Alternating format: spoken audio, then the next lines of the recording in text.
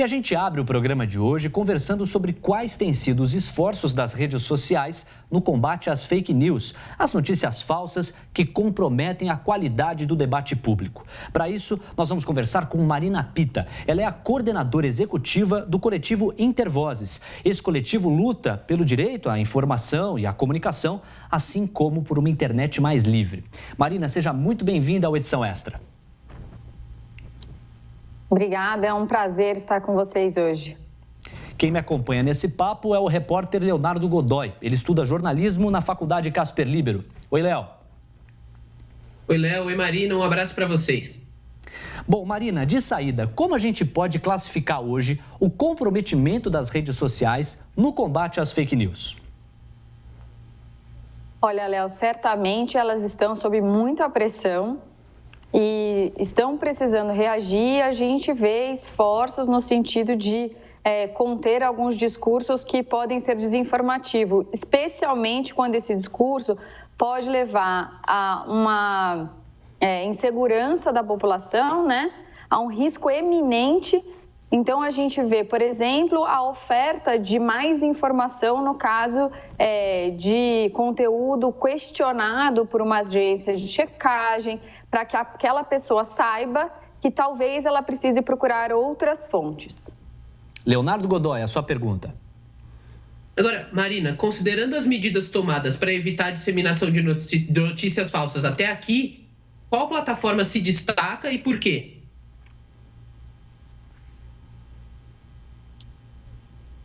Olha, é muito difícil fazer essa escolha em nome das plataformas, porque de fato a gente tem que observar o nível de complexidade colocado para elas, né? Não é simples de definir o que é desinformação. A gente, no afã de tentar conter a desinformação, a gente pode ter um avanço da censura privada, mas eu entendo que, por exemplo, o YouTube não tinha muitas políticas em relação a isso, começou a trazer essas políticas no meio da pandemia, podemos dizer a mesma coisa do Facebook.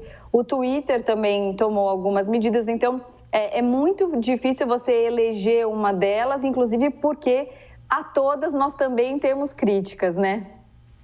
Agora, Marina, o que se sabe sobre os mecanismos para que uma rede social classifique um determinado conteúdo como fake news? Esse trabalho ele já vem sendo desenvolvido com auxílio de inteligência artificial. Quais as dificuldades que as redes alegam nesse sentido? Tá. Léo, a primeira coisa é saber que a gente tem muitas dúvidas se a gente quer que essas empresas façam essa classificação de conteúdo como desinformativo. Não faz parte da responsabilidade delas fazer esse tipo de classificação. E talvez elas não tenham a qualificação necessária para isso, né? O conteúdo desinformativo, ele é muito abrangente. Mesmo as checadoras de fato, muitas vezes elas não conseguem chegar num veredito. Elas falam de exagero, por exemplo, não é bem assim, existe o conteúdo opinativo. Então, esse é o grande desafio, de fato, quando você tenta ter um mediador privado limitando o que é o discurso legítimo ou ilegítimo. Agora, elas têm optado por lidar com outros conceitos, que eu acho que são mais seguros. Então, a gente está falando de contas inautênticas. Então, quando uma conta ela tenta se organizar com outras contas para disseminar spam, para parecer que a origem de um conteúdo não é aquele que o usuário pode imaginar a partir do link. Então, essa tentativa que em termos de qual é a prática do usuário e não qual é o conteúdo com o usuário, pode ser um bom caminho. E aí sim pode haver apoio tecnológico. Muito difícil a inteligência artificial conseguir fazer análise de conteúdo, porque a gente está falando de contexto, a gente está falando de análise de fontes. Certamente os estudantes de jornalismo e os jornalistas sabem o que é necessário para você verificar se uma informação ela está correta e naquele contexto, né? Leonardo Godoy.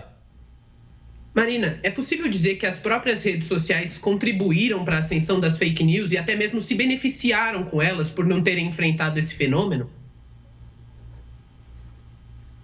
Certamente as plataformas, elas foram responsáveis, não dá para negar isso, porque quando a gente fala, por exemplo, do escândalo Cambridge Analytica, o Facebook ele garantiu, né, o acesso às informações, não só de quem entrou em contato com um aplicativo de teste de personalidade, mas também com os amigos daquela pessoa. Então, quer dizer, permitiu uma coleta massiva de dados que foram usados, então, para esse perfilamento, buscando justamente enganar ou dissuadir parte da população.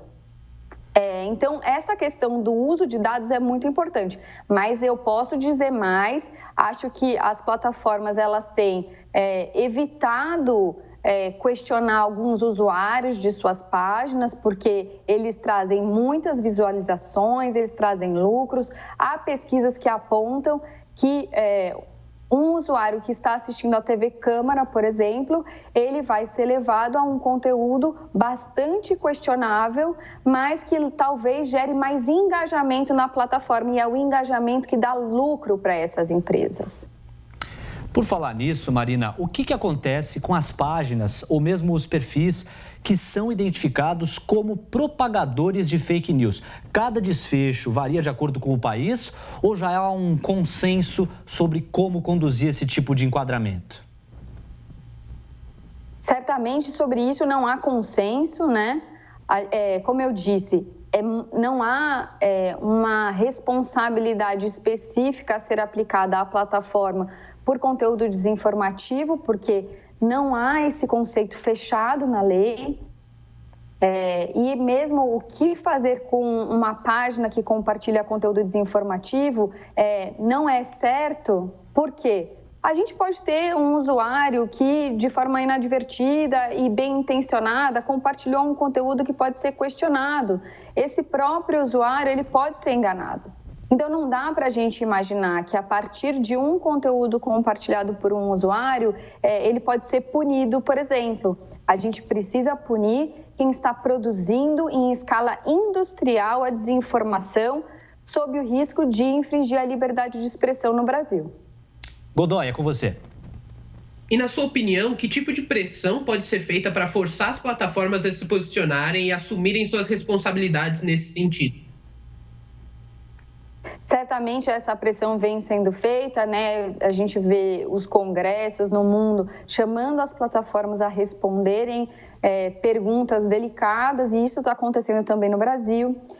A gente tem aí a CPMI de fake news no Congresso Nacional.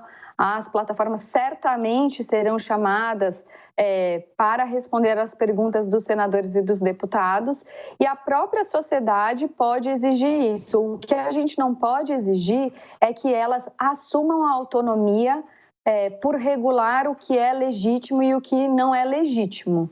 Isso certamente vai só prejudicar a liberdade de expressão. Marina Pita, coordenadora executiva do portal Intervozes, muito obrigado pela sua participação e obrigado pelos esclarecimentos. Obrigada eu, gente. Um prazer enorme. Contem conosco. Eu agradeço também ao Leonardo Godoy. Até uma próxima, Léo. Até, Léo. Muito obrigado.